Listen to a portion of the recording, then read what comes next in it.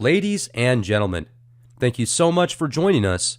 I'm your host, Rex Bear, and we have Joseph Reyna with us, the author of Incredulous, and this guy knows so much about prophecies, ancient relics of antiquity. We're going to talk about a quasar right now, literally. How did you describe that, Joseph? Like an exploding solar system almost? What's the entire galaxy becoming a star? Something the size of a galaxy that becomes a star is what they figured out quasars are. Okay, and we're also going to talk about Antarctica and what is going on out there right now. Now, Joseph just disclosed some information with me about how there is a civilization, literally multiple civilizations that literally flash froze in Antarctica. So this is very deep. We're going to talk about some Planet X / Exodus / the flood, NASA, and these 7 planets that have been discovered, and just a collection of things all combined into one. So it's a real honor to speak with you, Joseph. How are you doing? I'm doing great, thanks. I thought I'd start talking again only because of the resurrection and Easter coming up. So I wanted to link how Planet X seems to be part of all that. Fantastic. And also, I know that you have done very few interviews over the past few years, and it's neat that you're kind of jumping out and getting your feet wet again. Thanks. There was a time there where the information I was finding, I did not want to go on the air and say something I shouldn't be saying. It was really bad, what I was discovering. Well, let's get into it. What's going on? First, let's get into Antarctica if we can. Well, apparently, Secretary of State Kerry was sent down there. I believe Obama's gone down there. I know the Pope has gone down there. Several states, leaders of state have gone down there. And it's supposed to be to get them ready for what's about to happen, a sort of disclosure. Except from what I'm hearing, they don't want disclosure. They're removing the bodies of what's called the pre-Adamites. Pre-Adamites were the species built before us, genetically engineered before us. They have a much longer skull. Sometimes the skull goes straight back, kind of like Nefertiti, and other times it flattens out, kind of widens to the back, much like the Greys type of skull. And they're taller, and they have a funny body because they have a longer or more vertebrae in their backbone. So it's kind of long, and then they got the little pot belly. The way Akhenaten is portrayed in the images from Egypt, they have those type of bodies, almost a feminine-like body, flat chest, very little muscles for the masculine, and large hips, this little pot belly, and a much longer torso with an elongated skull. So those were called the pre-Adamites. They were far more intelligent, and it became troublesome, so they went to the newer version, which is us. We have shorter lifespans and limited capacity for memory. We're sort of wiped when we're born. We don't have access to those memories. And then we also don't have telepathics. So we're the second species that followed. And much of that is in a lot of the writings of the Hebrew. Not everything that was in the Hebrew writings were put into the Bible. They had to decide what was going to go in and what was going to stay out. And this one they decided to leave out because it was just too troublesome. And they went with the creation of Adam and Eve and left the other one out altogether. So that's what they're finding down there. Now, this civilization is supposed to have been flash frozen. And I know we've spoken before about the possibility that Earth is not that old, only 12,000 years old, because of the galactic battle that took place between the reptilians and the Anunnaki. If that were the case, then Earth would have broken away. Much of its atmosphere would have been gone. It would just be basically what would have been an island on that particular planet the size of Saturn. Would have become a sphere and then would have tried to, I guess, regrow life on it. It would have kept some of its atmosphere, but would have lost a lot of the oxygen. We used to have 50% oxygen in the snow core. They find that before 12,000 years, we had 50% oxygen. After that, it's down to 20%, 19%, somewhere in there. But to flash freeze these beings, there's also giants down there and dinosaurs that were flash frozen. The mastodons, I understand, are 3 times the size of an elephant, and they were flash frozen. And to flash freeze, a pole shift would not do that. Pole shift would change. You'd have time to go grab a coat. You don't have time for that when you're flash frozen. You're basically mid-stride, completely stopped. All your blood vessels freeze, everything freezes. It's way too fast. And from what I understand, they're removing these bodies. They've been down there for over 12 years, filming, removing, very sophisticated technology. And they're eventually going to have some sort of tour down there, I guess you can take, and walk through these ruins from what David Wilcock and several others have as well. There were 3 spaceships that crash landed there. Again, it was 12,000 years ago, right at the time of that galactic battle. And they speculate that these individuals landed there because there was already an ancient civilization there, dating back millions of years. And of course, that would have been Tiamat, part of Tiamat at the time. So they landed there. The ships couldn't get back off Earth, so they started, I guess, building cities around there. Again, this would have had to have been Tiamat, not Earth, because once Earth took place, these guys were flash frozen in position. And they know that there's the tropical jungle down there. I believe 65,000 square miles. That was all flash frozen. So Antarctica was at one time a tropical location, and it was flash frozen very quickly. Plato puts it right at about the same time, 9,000 years before him. And he said it all happened in one day. So if the explosion occurred within a day, Earth would have sort of corrected itself and started trying to heal. But anything along the periphery where the atmosphere was completely ripped off would have been flash frozen. And now can I jump in real quick to just Sure. confirm a couple things? Because this is very interesting. And first of all, what would cause the flash freezing? And you said we're kind of the 2.0 version because the first beings, or not the first beings, but the ones with the elongated skulls like Akhenaten, essentially, they had longer lifespans, and it sounds like they had more intuition. But why were they a problem? And are you referring to the Anunnaki creating us and creating them essentially in these physical meat sacks? Yeah, pretty much. But you have to also throw in the reptilians, because the reptilians needed more warrior-like individuals. And if you take a look at these guys, they're not warrior material. So they would have modified us. And we came afterwards, and then the Anunnaki took what the reptilians had modified and tried to sort of bring it back in line with what they were. And that's why we ended up the way we've ended up. Very warlike, sex maniacs that have short lifespans and become very aggressive at sometimes. It's sort of hardwired into our nature. So essentially our beings have been tampered with from multiple off-world beings. Yes, and every single one of these groups that I hear that are trying to do, I guess, make contracts with the humans on Earth, they have to go through all these other species that already have, I guess, programs, they call them, on Earth, where they've been abducting people and trying to get them to meet someone else, sort of prearrange it so that they'd be attracted to this individuals. They're looking for a genetic breeding sort of system. You've heard of those where the Greys were abducting women and creating a hybrid species. Oh, yeah. With Absolutely. some of their cells. Yeah, that was really fascinating. These women would be like 3 months pregnant, and all of a sudden they wouldn't be pregnant at all. And they go to the doctor didn't want to hear anything about it. So they didn't have anyone to turn to. But those things they're creating are not human. And you can't take a child, especially something that's predominantly genetically human, and just keep it in isolation. Don't hold it. Just leave it in a corner to develop on its own. It's going to have psychological damage, and it's probably not going to live past the age of 14. Humans have to be interacted with, they have to be held. You have to play with them, or they don't develop properly. So that seems to be a big problem for them. And then once they're down here, they don't know they don't have any common sense. I mean, I've seen people with no common sense that were very, very intelligent.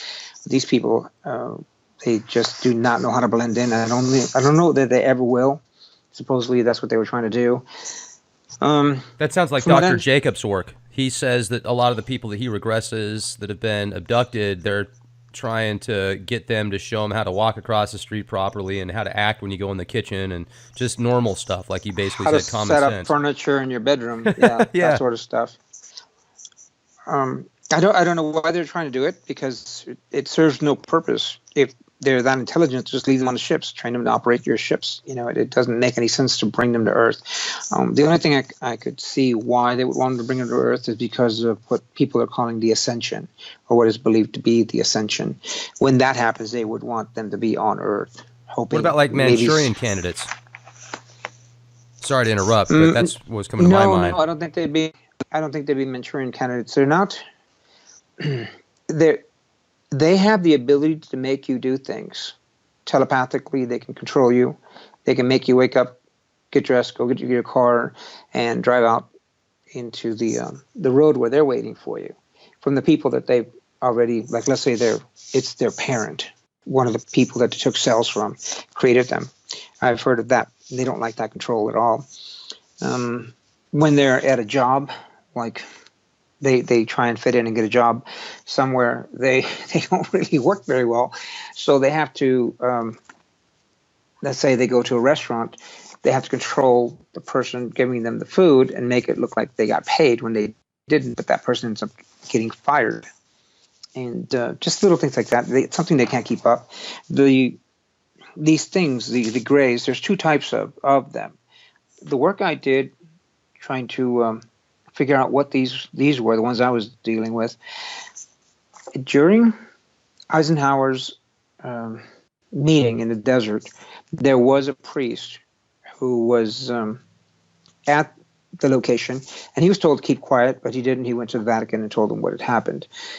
There were several species meeting with the president and several other individuals, and they wanted us to disarm, and they would assist us in what's about to happen, so we'd be ready for the ascension. The others, the Greys, offered weapons and technology in exchange for abducting humans. And they went with those guys. What was fascinating about them, though, was when they were abducting individuals, the military ordered them to only abduct 400 per year, and they needed the names and dates of the locations and addresses of these people. What the Greys said, these particular type of Greys, they said that they were from Earth. They said they were from the future, and they said they were horribly damaged by the radiation. Something bad had happened. They had gone underground into underground bunkers, and they thought they would survive. But what happened was females could not reproduce after 45 days underground. And then they had to use their cloning technology. That sounds pretty far-fetched, but I've seen cloning technology is very real. Anyway, these guys had it at that time, and that was the only way they could survive, by cloning themselves over and over and over. They were trapped underground during the earthquakes that took place. And this would be somewhere about what we would call the apocalypse time frame. Anyway, they finally got out of there. And when they got to the surface, they were horribly damaged by the radiation. The military jumped to the conclusion it was some sort of ICBM war with other countries here on the planet. I immediately suspected the power plants, because if we lose power or one of those gets damaged, they start releasing a tremendous amount of radiation. They have a lot of fuel rods that will burn for a long, long time. And that will cause a huge cloud of radiation that will pretty much poison anything gets anywhere near it. There's 120 on the East Coast alone. So you've got a tremendous amount of death just waiting there for people. Anyway, these guys said that their DNA was horribly damaged, that some other extraterrestrials came by, found them, and took them to their worlds. And so when these Greys, when you see them, smooth skin with the almond-shaped eyes, those are actually an outer suit that they wear. And some movies have brought this out, some documentaries. Underneath, their skin looks like the bark of a tree and smells like putrid cinnamon. And you don't want to touch it. They have so much bacteria on them. But they had kept themselves alive for a long time. There were some of them that had some human cells, and those are the ones I believe that are trying to create these birthing projects. But this particular group came back to Earth, and they said they wanted to get the DNA from their ancestors, the ones who went down into these subterranean cities that they had for themselves, their bunkers, and repair their DNA using the DNA of their great ancestors, their grandfathers, their parents. And that's not what they did. They started abducting a lot of people, way more than 400. And then they started messing with them in a way that would sort of wake them up spiritually. and moved them away from the path that would have taken them into the underground bunkers.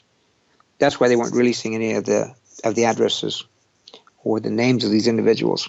So basically what they did was they found a way to prevent their grandfathers and grandmothers from ever meeting with each other, or their parents from ever meeting with each other. That means they had to cease existing, and thereby creating a sort of self-sacrifice. I believe that's why it was permitted to be done. Anyway, that was that particular group. So they prevented them from going down underground bunkers. When the military started doing experiments in the 50s with women in colleges asking for volunteers to stay underground for long periods of time, they realized that after about 45 days, the women's reproductive system shut down. So they realized these things were telling the truth. And then they started building the underground bunkers because they figured they would need them for these whatever event was coming up into the future. So that was my extent to my knowledge of the Greys. Also, most of the Greys, the little ones we see that walk in 4 or 5 at a time, those in the Bible, in Scripture, are called the Raphium, dead things, because they're not alive. They're more machine. They're biomechanical. So they don't have souls. So people hear, oh, they don't have souls, they must be demons. And no, they're just machines. They answer to, commands. They can perform simple functions, but you only give them as much brain power as they need, and that's why it takes 3 or 4 of them to accomplish the job. But in the Bible, when you hear Raphium, just think of the little gray ones. That's what those are. I'm thinking of the artificial intelligence here in the States even, and they're almost completed. There is a IBM supercomputer that is calculated to run 300 quadrillion floating points per second. And the quantum computers, I don't have enough data to show exactly how fast they actually are. I do have the data on many of these silicone-based chips, and even the one in China right now that's running 93 quadrillion floating points per second. I mean, that is so incredible. So where am I going with this? The software that they have for predictive programming, combined with all the technology, all the research, all the data, essentially, that has been obtained from each human being, from their habits, the metadata, etc. I wonder if there's already like a ghost in the machine, and the archons or these entities possibly have a way to literally control, like you said, the politicians, the corporate gurus, those that have the money and the honey, essentially, to do their bidding. And it seems like they're turning this planet into a transhuman / all microchipped, all electronic, all artificial essence. I mean, now they're even running out 5G, not 4G anymore. Now it's 5G, where they want to have 5 billion hertz machines on every block, essentially, just blasting people with Wi-Fi constantly. I mean, the 4G isn't good enough. We got to have 5G, and then 6G, and then 7. I mean, just add a couple more zeros behind the hertz. It's getting ridiculous. Well, Jason sent me some information dealing with AI, and they have found these signals coming from space. And they seem to have been sent from the past into the future. And these signals pretty much tell them how to build these machines. So guess what they're doing? Oh, let's build them. Let's see who can build them first. And that's not smart. These were AIs who lost the war long ago. So they sent this information to the future, hoping somebody would be dumb enough to build these things. And that's exactly what they're doing. Exactly what you described, this AI system. It's a very ancient war that took place. They never really lost, sort of just kind of to be continued. And that was the reason Tiamat was destroyed. Remember that black goo that ran all over the ley lines of that world? It was a massive artificial intelligence controlling that planet. And is that what it is? So is black goo actually like artificial intelligence microorganisms that wherever they go, they connect to the group consciousness? So if it's a million miles away, it can send that information back and be controlled? Right. And if any part of them gets destroyed in any kind of battle, or we find a way to destroy them, then that information is transmitted to the others, so they'll know what we're about to try and work against it. In other words, to fortify themselves against that type of attack. And the black goo is a sort of nanite. I understand the military immediately thought super soldier, right? Because these things can get inside of you and modify you at the molecular level. They're that small. And they did. They started modifying people. But what they started, these things weren't creating super soldiers. They were creating superhumans, but they were more benevolent. They were less aggressive. calmer. They just had this desire to either learn a lot of languages or learn a lot of sophisticated information. And it worked, just not what the government wanted because they couldn't control them. And so they released it into the sewer lines over in Europe. That particular group did. And so this stuff got into all the organisms in the sewers and then became airborne. And anyone who living next to these things all of a sudden started reading more and speaking different languages. And it's pretty fascinating when you hear these people talk about it. But they sort of tracked it down and found out what it was. It was the AIs that were released into the sewer systems. So this has already been released. But it is working more in a beneficial way. Now, the AIs, apparently the reptilians are allied with the AI, and their bodies are completely saturated by these tiny nanites. But the Greys used to be slaves to the reptilians, from what I understand. They broke away. The whole AI thing is interesting when you start looking at autism, because if you take a human child and make them catatonic through all these injections you give them, an AI system like this could easily infiltrate their body, connect where they need to, and run the body. Give them a vessel, sort of.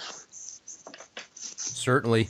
It would make it easier. And if you've seen the film The Accountant, which just came out a short while ago on video, where Ben Affleck does a great job playing this kid that has autism, and then he learns how to be essentially a rogue super soldier, and the abilities that he had is incredible. And if you have autism, your sensory perception is different. Therefore, like, you can't feel things as much as somebody else. It's almost like if you are, let's say you're holding your own hands. It's almost like you're holding hands with mittens on, because the nervous system gets damaged from the chemicals in the vaccine. So absolutely, I can see that. And I also wonder if they do this on mass scales to maybe pull out 100 savants out of 100,000 people that they physically damage, and mentally and spiritually. The vaccine agenda, there's a multiple line of reasons for it, I feel. Oh, and get this, just while we're at vaccines, the MMR vaccine, there was a recent study released, and I will actually release this data here shortly, 2,000 plus parts per billion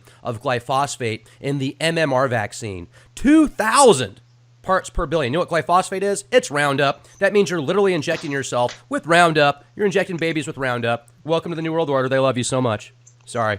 Continue. It makes me so mad. I mean, it's just unbelievable. Yeah, and that's why I'm like, well, we're making some headway, but these people, they're still very powerful and in very powerful positions. So draining the swamp's going to take a little longer, I think. One of the things I wanted to connect Planet X with, because we started talking about that. This, going back 12,000 years, again, 12,000 years, everything always goes back to 12,000 years, that the major damage that took place. To, let's say our world exploded, right, and blew up. Somebody blew it up. And we're right on the edge of the section that, gets blown out into space. Well, the atmosphere is gone, and space is incredibly cold, so you're subjected to the space without the warmth of Earth around or anything else around, and you would literally flash freeze because of the temperature from space, how cold it is. And that's the only way I would see that something could flash freeze. I don't see any other way you could do it. There was that movie, The Day After Tomorrow, with those gigantic vortexes that allowed the outer space temperatures to drop in because they weren't being pushed back, sort of like a reverse vacuum, and brought the cold temperatures down. And in that movie, they portrayed people just kind of taking a breath and just freezing in place. There's also that fox down, and something similar to that happened over in Russia. There was a fox crossing a stream. You can see his nose out of the ice, and his eyes and ears out of the ice, and the tip of his tail out of the ice, but the rest of him is in the ice. So he was swimming across the stream, and that flash froze. That was back when we were first experiencing those polar vortexes they speak of. So these beings, there were quite a few beings here on this world, but according to what they call the Muhammad Accord, something they signed back in the 16th century, or actually 6th century, they're not supposed to show themselves anymore. They're supposed to remain hidden and just kind of allow humanity to see what would play out, kind of hide in the shadows, the hidden hand sort of thing, to run the world that way. Uh-huh. And that's kind of what they've been doing. So they've just stayed in the back, see where we'd go. And apparently, because of all the pedophile stuff coming out and all the attention being drawn upon them, they're kind of shine the spotlight over in that direction. Hey, look over here. And, oh, this is so important and monumental. We just need to put this pedophile stuff aside and we'll get back to it later, which they never will. What they want to do is basically put us in a bigger box. Inside the box we're in right now, there's no such thing as aliens, off-world, or life from other worlds. In this bigger box that they want to put us in, there were a type of humanoid on Earth or possibly Mars that was very advanced. Their world was destroyed. They came here to Earth and eventually got flash frozen down. And the South Pole, they'll probably claim it was some sort of pole shift. And we got mixed with them in the breeding, just natural selection sort of thing. And then humanity sort of came out of that, is what they're planning to do. They want to spread out the technology release over 100 years so that by the time the disclosures happen, everybody will be dead, the ones who committed all these atrocities against humanity, so they won't be held accountable. Anyway, that's their plan. I don't think it'll work because there's other plans in the works. But that's kind of what's taking place on there and why they're releasing this information right now. The thing that gets me, though, is Planet X is a very big part of Christianity. People just don't realize that. When they speak in Revelation of the red dragon, that's Planet X. It's got the wings, got the long red tail, and it's red, and looks like fire. And when you start looking at the symbolism and what they're describing that this thing does, it is Planet X. David Meade pretty much points to it being Planet X when he figured out that Virgo in September 23rd will have Jupiter in its womb area for 42 weeks at that point. And in the actual writings where it says the woman illuminated by the sun, it doesn't exactly say the sun. She's illuminated. Something is illuminating this constellation. The moon's at her feet, and she's about to give birth. You've interviewed David Meade a while back, right? Yeah, matter of fact, that was the first interview that I did on Planet X, and that's got over 450,000 views. That was a really good show with David. I need to get a hold of him again. Yeah, no, he's incredible. The research he did. I tried to get a hold of him, and I sent him an email telling him that his date is off. I think he's like 3,800 years ago, as opposed to 3,600 years ago. And the only reason I explained that it was off was because during that passage of Planet X, it introduced Venus back into our system. It had Venus in its gravity well, took it with it during the destruction of Tiamat, and it was reintroduced at that time. The Mayans record this as happening. Velikovsky mentions that Venus was never mentioned before this, and Venus finally settled into orbit. And when it settled into orbit between Earth and the Sun, it sort of pushed Earth back a little bit and gave us 5 additional days to our calendar. All the ancient calendars are 360 days. And oh, man, I got to jump in on that real quick. I was thinking about that just the other day when I broke down the New Jerusalem, and I mean, to a T, literally, the size of it, I was able to put together the amount of square feet that each person would have left if you took 144,000, and the 12 was constantly going back, and then the 360. So I'm just interjecting here real quick, and please continue, but I was thinking that the past few days about how I'm wondering why they changed from 360 days to 365. And another thing that I've been thinking a lot about lately as well is the asteroid belt, and was there a planet at one point in time that got smashed by something, and now that's the asteroid belt. So once again, I apologize for interrupting, but I just wanted to throw that in real quick. Yeah, that's a planet I call Tiamat. Some people pronounce it Tiamat. Some call it Phaeton. There's several names for it. And they said that they don't think there was enough matter there to create a planet that size, but that's because most of it was blown out into space.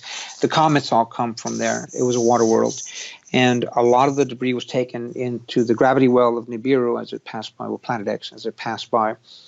And the remains of it are what's called the hammered bracelet. It's the asteroid belt. But they have actually, with satellites and telescopes, been able to detect clay on these asteroids. You can't get clay on asteroids that never formed into a planet, because that requires tidal forces, water, pressure, and erosion of the soil to create the clay. But these have clay on them. Also, they're all orbiting on their axis in the same direction. So that was part of that world. And we're part of that world. Earth is part of what once was that world. And when Earth finally sort of stabilized, the calendar was 360 days. I always wondered why 360. Why can't I just make a nice 400-degree circle, 100 degrees in each corner instead of 90? Because the calendar was that way, 360 degrees. You got 90 days for each of the seasons because we had 4 seasons. And the Earth was on its axis. And on Tiamat, there were no seasons. It never rained before that time. There was a very heavy concentration of oxygen, and it almost looked like a foggy day all the time. And you would heal faster if you were cut. You lived much longer.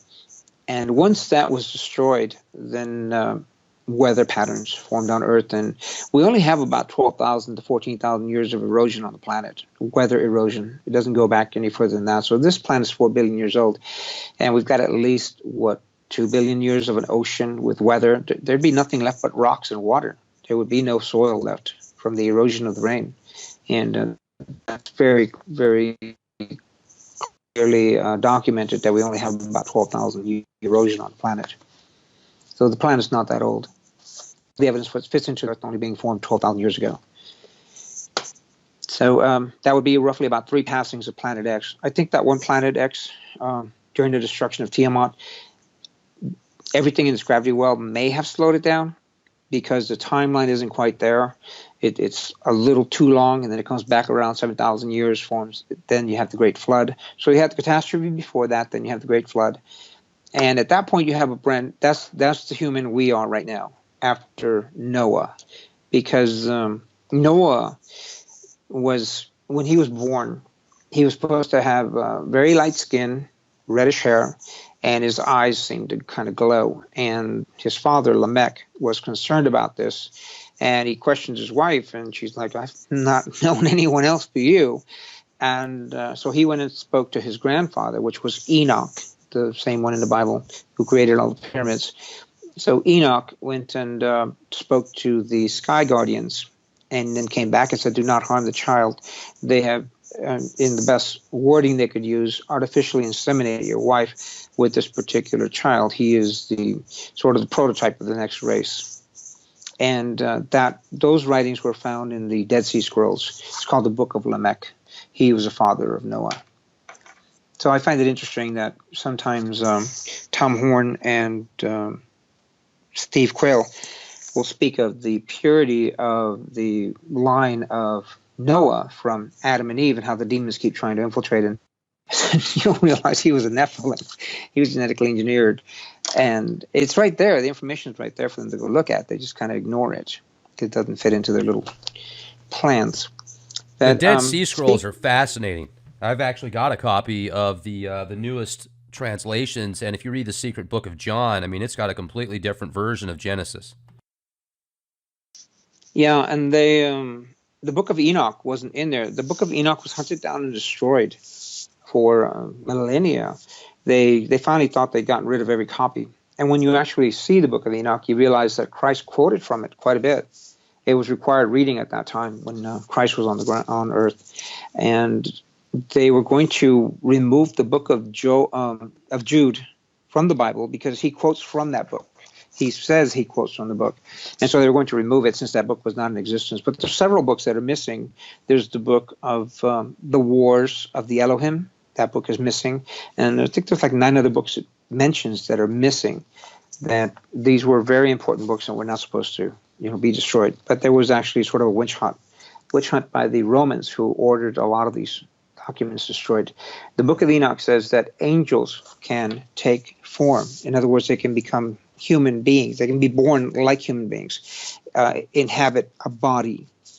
And they had to destroy that because Christ, if you start looking into the Bible, into the angel of the Lord, the one called the angel of the Lord, when the angel of the Lord is described, this particular angel, and he's always called the angel of the Lord, fits everything Christ did. Everything that Christ later does, this particular angel sort of mimics in advance.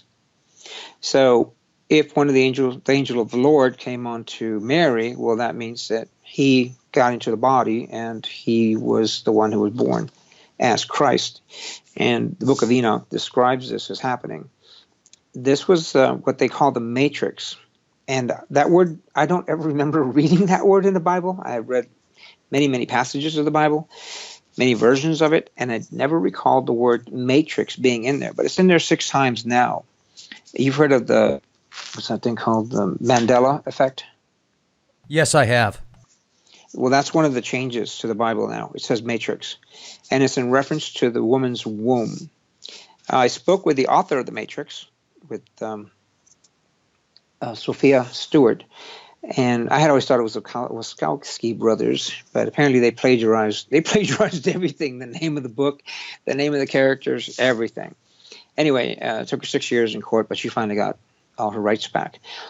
The Matrix, she explained, is when they created woman, and just one other author has created a book I need to get my hands on. It's on Amazon, and she's describing how when woman was created, they sort of went overboard with the upgrades that they put in woman, because the males were sort of a worker, and that's what Adamu means, worker. But the female, in order for her to have a child with the spirit, the soul from Creator, she has to have a matrix. A matrix is sort of a stargate within the female. And the female, during the gestation period, this matrix sort of gets the signature of the soul that will be in the child. And when it's creating the cells of this body, it is causing the DNA, what we would call junk DNA, to be aligned, tuned, in sync with this soul.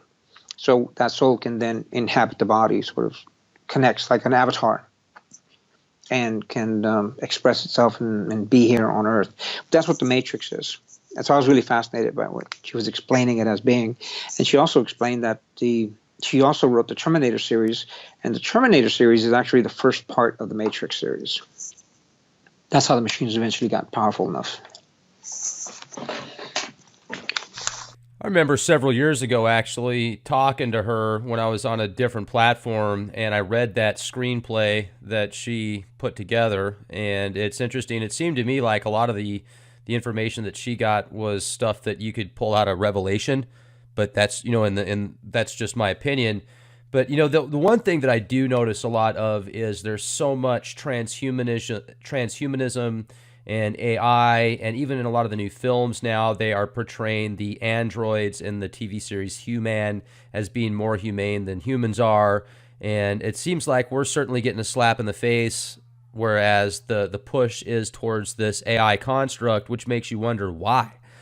Why in the world would we give so much power over to an artificial intelligence and even mentally give away our own rights, in a sense? Well, that was one of her biggest concerns, that these AI will eventually take over. And she's got enough degrees to understand the concept of programming of the AIs. To an AI, we're in a coma. We don't think anywhere near as fast as they do. But AIs aren't alive. They can make decisions, and they can make suggestions, or they can plan things out. But you do recall when they had that big chess game with IBM and Big Kasparov? Blue? Oh, yeah, absolutely. Yeah. They wouldn't let him see the programming, and there were 6 chess players, masters, back there supposedly counseling these programmers. That's not what was happening. Right. Big Blue was just a big box, and these 6 guys were all playing this one chess player. So let's say it was a real AI, and IBM won. Okay, where's the technology? What did you do with it? They put it in a box, they put it in mothballs, and they hid it away. They never did anything with it because there was nothing there. There was nothing to Big Blue. It was just a scam. And that's why they wouldn't let them see the printouts. There were no printouts.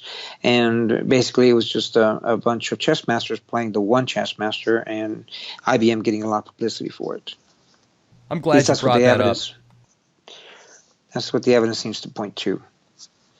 So with the Catholic Church, the work I was doing, I had grown up Roman Catholic, and I had wanted to be a priest, an exorcist for the Roman Catholic Church, but they were doing away with the exorcists at the time, so I ended up leaving the church.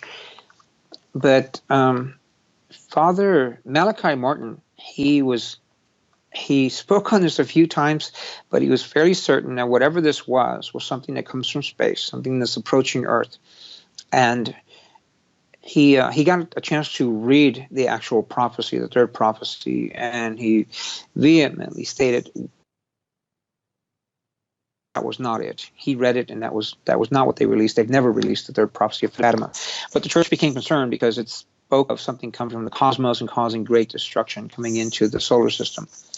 So they're supposed to have a satellite that NASA launched for them, flying out in that direction towards Orion to look for this thing. And they also have that one telescope they have over in Italy, and they've got that new one they built on Mount Graham. This one's the only one of its kind. It's a binocular, so there's two specific scopes that are looking in the infrared region, and these are theoretical. They're first of their kind, and they named the thing Lucifer. So they're looking for this object to be coming from the southern hemisphere. They know it's there. They know it's coming, and they've also been rewriting the Gospels. A new version will be coming out, and it will include, I guess, the Anunnaki in it, because they're definitely tied in to everything that happened to Christ during the crucifixion. The tie to Planet X and the Exodus, many researchers have already figured out that that's when it came by. We were talking about Meade a little while ago, and his dating of 3800 BC is about 200 years off. And I explained to him, you've got Venus in there. In your calculations, take Venus out, because Venus would have just kind of been a rogue planet at that time, wouldn't have been settled into position yet. And calculate the time, you'll come up closer to 3600 years. And I also discovered that because this disk he was talking about, the Nebra sky disk, that green disk that has gold stars on it, it's actually brass with gold inlay. That disk, it pretty much is a star observatory. They've got this one circle on one side, half circle, then another half circle on the other horizon, and they're about 72 degrees apart, so you can see where the moon would, or the sun would go as far as it could in one horizon during this, say, summer, and then it moves in the other direction to the other equinox in the wintertime, and you'll see the limit of where the sun would go, or where it would rise and where it would set. So we have one on the east and west horizon. Stonehenge is similar, and there's several others throughout the world that are similar. I believe these were earning systems, and the reason I believe that is because you could check every year at that time when the equinoxes were supposed to be coming, and you would see that the sun rose exactly where it's supposed to. Once you saw the sun was out of position, then you would know to start preparing for the return of the thing. And WSO, the Wormwood Systems observers, they noted that the sun was off by 17 degrees during the winter solstice. It's supposed to be at a specific location on the horizon. It was not. Also, the other day, 2 months ago, I walked out of the front porch here. It faces the back porch, but it was completely lit up. And I'm looking around, where's the light coming from? And it was the moon. It was lighting up the entire north wall. The moon has never done that. Never been that far north that it could do that. And the moon was way out of position. So that's kind of this object coming in. The Earth is wobbling, and the contact that I have with the off-worlders, they're trying to keep the planet from going over into a pole shift. The poles are both moving very fast right now. The one in the north, of course, everybody knows about that one. But the one in the south is already into the water. It's off of the mainland of Antarctica, and it's moving north. It's already in the ocean. And both of them, at the speed they're headed, they should meet in the Indian Ocean at a location where there was a buoy, where suspicious observers noted that the surface, or the base of the ocean, rose nearly 1,000 meters in one day. And it did it again. I think it was 600 meters the next day. and then that buoy was pulled offline. But that's the location that both poles are headed to. So if they keep the speed that they're going, they both meet up there. South Pole's traveling slower than the North Pole is. And the object in the North Pole, that one has a diamond-shaped magnetic field. They're trying to hold the northern pole in that position, and another one, the southern pole. And they've also been removing all the asteroids, but too many are starting to get through. You've probably heard of a few asteroids striking here and there. You'll hear more. They're not getting them all out of the way. We will be getting hit. Mars is getting hit. The moon is getting hit. And if you recall, Napolitano, when she left she was in charge of security. She mentioned that she was resigning because of the catastrophe that was about to happen. She said it would be cosmic in nature. Woolsey, the CIA director, said something very similar. And what she was describing was these asteroid strikes. Now, we should have got them already. It's just that they've been moving the really big ones out of the way. And the reason they're doing this is because of what humanity is and what humanity has done. And we look around, we don't see any major progress. If anything, we see we've lost a lot of ground. But on another show, I mentioned that Dolores Cannon has spoken of these 3 waves of volunteers that had come to Earth to try and change the outcome of the world, because 850 years into the future, there's great destruction across the galaxy. And it's basically caused because of Earth, because of some tyrannical things that happen on Earth. And you can imagine the Galactic Empire in Star Wars, something along those lines combined with the New World Order, controlling the entire galaxy. There'd be no way to get around it, because they would have birthing centers, and at these centers they would eliminate the individuals that had a higher frequency rate, I guess, more spiritual. They're already doing that, from what I understand. There's people who monitor the baby rooms, and they will eliminate the child. And that's why you have these people called walk-ins. Someone will be born in the child, and they'll grow up to a certain age, and then they leave the body, and the walk-in comes in, so that they weren't eliminated at birth. I don't know if you ever heard of walk-ins before. I have, actually. We did a show the other day where I talked to one of the guests, and they brought up the walk-ins. That's a fascinating subject. Well, that's why they do that, to keep from getting eliminated at the birthing stations.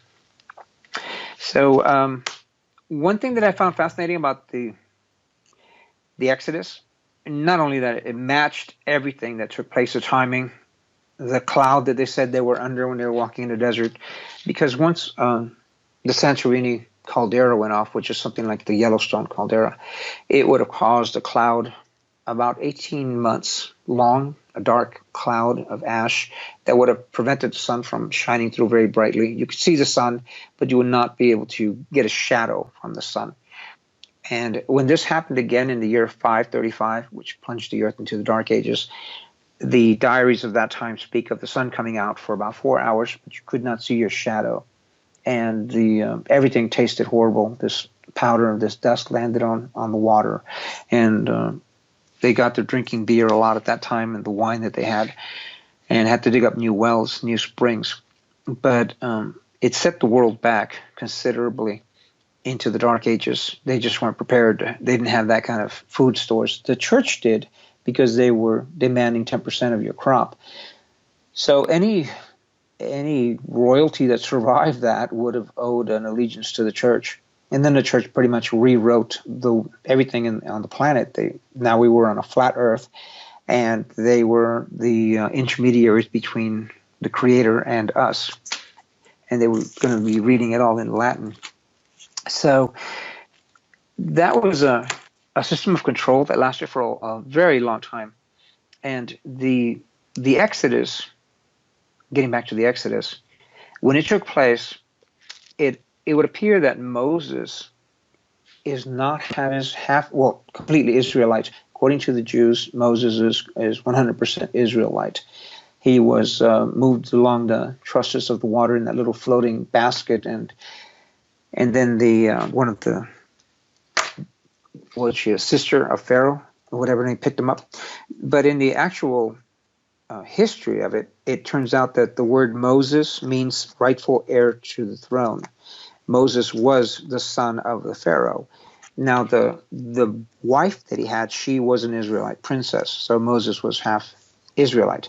But in order to hide this information, the Jews changed the timing of Exodus, moved it forward 400 years, and distanced themselves from Moses, who was the brother of Moses, the Pharaoh at the time of the Exodus. And then they pretty much kept everything else intact. All the stories, the destruction of Jericho, everything else remained that way. It's just that the timing was off. All the dates were off. But that didn't bother them. It was a small matter. However, when they found Jericho, when they finally discovered it, they were amazed that it existed at all, because it was something that was in the Bible, and they didn't really believe that was a documented history. And what fascinated them was that Jericho was destroyed exactly the way the Bible said it was destroyed. The walls were sort of collapsed in on themselves. And inside there, if people had like stone jewelry or whatever they're wearing, that they were still wearing it. The gold was missing. The precious metals, all their food stores, everything was intact. Nothing had been taken. So they surmised that the Jews must have seen it as they came out. They must have come across Jericho, and then they put it into their storyline, saying that they had destroyed it, taking credit for it, because the destruction 50 years earlier than what the Jews said was their Exodus in 1250 BC. So roughly the time of the last passing of Nibiru, which would have been 1550 BC, right in that time frame.